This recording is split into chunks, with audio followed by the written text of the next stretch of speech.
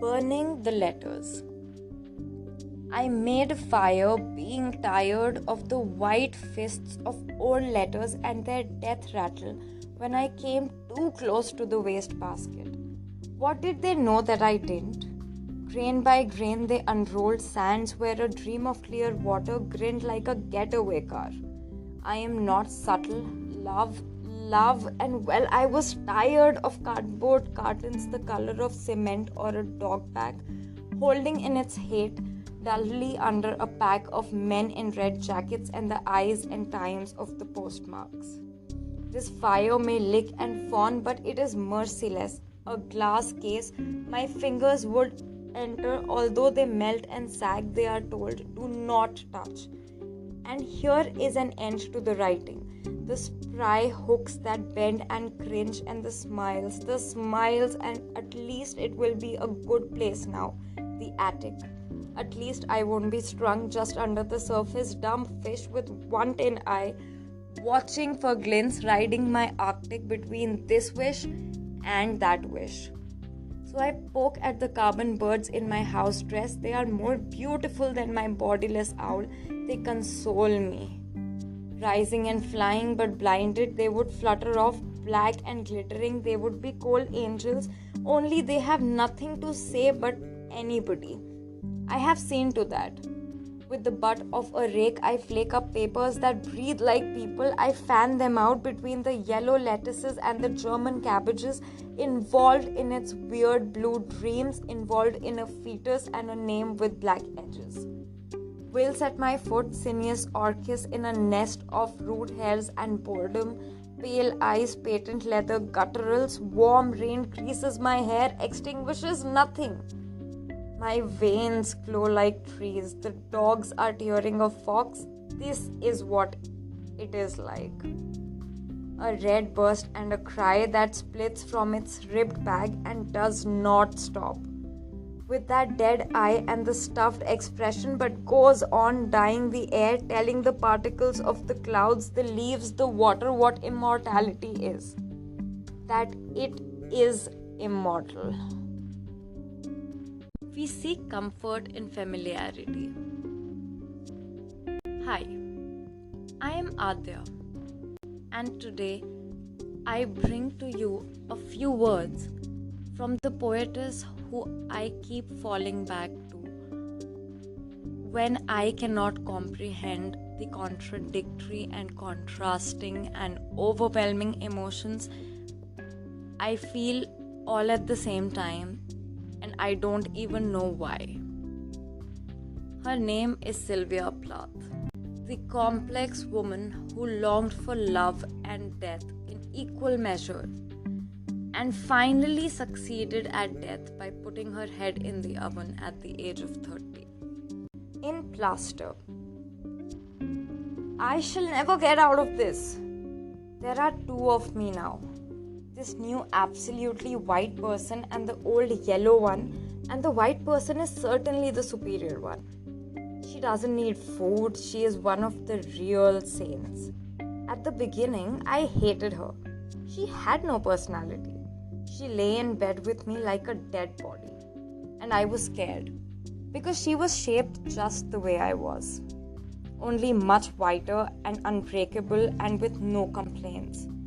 I couldn't sleep for a week. She was so cold. I blamed her for everything, but she didn't answer.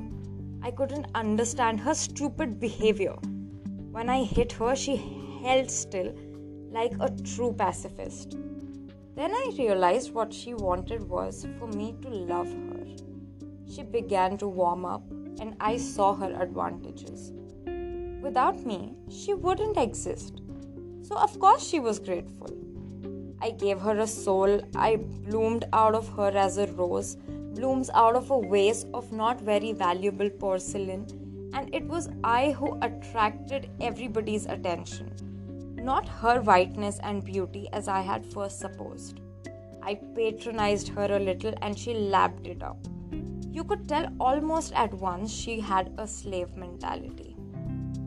I didn't mind her waiting on me, and she adored it. In the morning, she woke me early, reflecting the sun from her amazingly white torso, and I couldn't help but notice her tidiness and her calmness and her patience.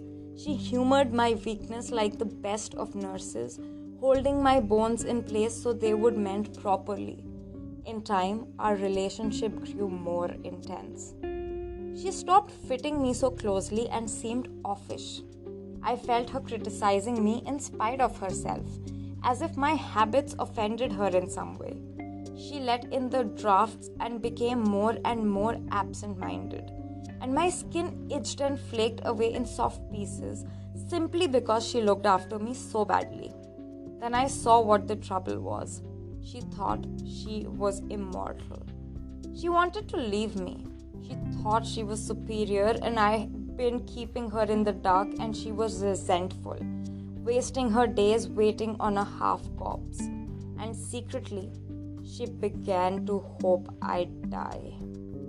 Then she could cover my mouth and eyes, cover me entirely, and wear my painted face the way a mummy case wears the face of a pharaoh, though it's made of mud and water.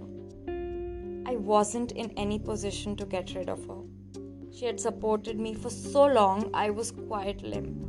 I had forgotten how to walk or sit. So I was careful not to upset her in any way or brag ahead of time how I'd avenge myself. Living with her was like living with my own coffin, yet I still depended on her, though I did it regretfully. I used to think we might make a go of it together. After all, it was a kind of marriage, being so close. Now I see it must be one or the other of us. She may be a saint and I may be ugly and hairy, but she'll soon find out that doesn't matter a bit. I'm collecting my strength. One day I shall manage without her, and she'll perish with emptiness then, and begin to miss me. We all have skeletons in our closets. So did she. Maybe that is the reason why I connect with her so much. She lived within a constant cage of her imagined thoughts and demons that resembled a god. Quote, dying is an art like everything else. I do it exceptionally well. I do it so it feels like hell. I do it so it feels real. I guess you could say I have a call. It's easy enough to do it in a cell. It's easy enough to do it and stay put. It's the theatrical. I turn and burn. Do not think I underestimate your great concern. Unquote. She kept rising and sinking between sleepless nights and restless dreams, wanting to live 1,000 lives and not wanting to be alive, whispering to the stars and conversing with the moon, and getting silence, just silence as a reply. Quote, I do not expect a miracle or an accident, although I admit I desire occasionally some backtalk from the mute sky. Unquote. Feeling too much is a curse. Always has been. Quote, I know you appear vivid at my side, denying you sprang out of my head, claiming you feel love fury enough to prove flesh real. Though it is quite clear, all your beauty, all your wit is a gift, my dear, from me. Unquote. She was aware of how much she felt and wanted to feel, and still was terrified of being forgotten, unacknowledged, abandoned, and broken over and over till she could not patch herself back again. Being lied to, being deceived in love, and being heartbroken. Quote, a stone can masquerade where no heart is, and virgins rise where lustful Venus lay. Never try to trick me with a kiss. Sooner or later, something goes amiss. The singing birds pack up and fly away. So never try to trick me with a kiss. The dying man will scoff and scorn at this. Unquote. She tried desperately to love with all she had, to make herself whole, and hated it when she did. Love is a parallax. Perspective betrays with its dichotomy. Train tracks always meet, not here, but only in the impossible mind's eye. Horizons beat a retreat as we embark on sophist seas to overtake that mark where wave pretends to drench real sky. Well then, if we agree it is not odd that one man's devil is another's god, or that the solar spectrum is a multitude of shaded greys suspended on the quicksands of ambivalence in our lives' whole nemesis. So we could rave on, darling, you and I, until the stars tick out a lullaby. About each cosmic pro and con, nothing changes for all the blazing of our drastic jargons, but clock hands that move impeccably between 12 to 1. We raise our arguments like sitting ducks to knock them down with logic or luck and contradict ourselves for fun. The waitress holds our coats and we put on the raw wind like a scarf. Love is a fawn who insists his playmates run. Now you, my intellectual leprechaun, would have me swallow the entire sun like an enormous oyster down the ocean in one gulp. You say a mark of comet harakiri through the dark should inflame the sleeping town. So kiss. The drunks upon the curb and dames in dubious doorways forget their Monday names, caper with candles in their heads, the leaves applaud and Santa Claus flies in scattering candy from a zeppelin, playing his prodigal charades. The moon leans down to look. The tilting fish in the rare river wink and laugh. We lavish blessings right and left and cry hello, and then hello again in deaf churchyard ears until the starlit stiff graves all carol in reply.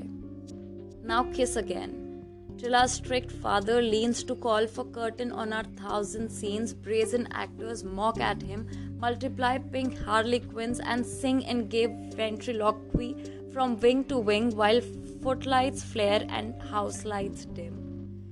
Tell now, we taunt where black or white begins and separate the flutes from violins. The algebra of absolutes explodes in a kaleidoscope of shades that jar, while each polemic jackanapes joins the enemy's recruits. The paradox is that the play's the thing. Though prima donna pouts and critics sting, there burns throughout the line of words the cultivated act of fierce brief fusion, which dreamers call real and realists illusion. An insight like the flight of birds, arrows that lacerate the sky while knowing the secret of their ecstasies in going. Someday moving one will drop, and dropping die to trace a wound that heals, only reopen as flesh congeals. Cycling phoenix never stops. So we shall walk barefoot on walnut shells of withered worlds and stamp out puny hells and heavens till the spirits squeak surrender, to build our bed as high as Jack's bold beanstalk, lie and love till sharp scythe hacks away our ration days and weeks. Then jet the blue tent topple, stars rain down, and God or void appall us till we drown in our own tears. Today we start to pay the piper with each breath, yet love knows not of death, nor calculus above. The simple sum of heart plus heart. Sylvia Plath ended up teaching me how to create stories in your head, stories that are absolutely just mine to keep, that amongst all the chaos in your head, you can create an illusion that is yours to keep and smile a little when you're crying within. And That is the kind of poem I am going to read at last. Mad Girl's Love Song. I shut my eyes and the world drops dead. I lift my lids and all is born again. I think I made you up inside my head. The stars go waltzing out in blue and red, and arbitrary blackness gallops in. I shut my eyes and all the world drops dead. I dreamed you bewitched me into bed and sung me moon stuck, kissed me quiet insane. I think I made you up inside my head. God topples from the sky, hell's fires fade, exit seraphim and Satan's men. I shut my eyes and all the world drops dead. I fancied you'd return the way you said, but I grow old and I forget your name. I think I made you up inside my head. I should have loved a thunderbird instead. At least when spring comes, they roar back again. I shut my eyes and all the world drops dead. I think I made you up inside my head. She was a woman of many feelings. Happy, sad, melancholic, depressed, suicidal, ecstatic, enthusiastic, hopeful, hopeless, all at the same time. And maybe so are a lot of us. And maybe these words and her madness touch you the way it touches me.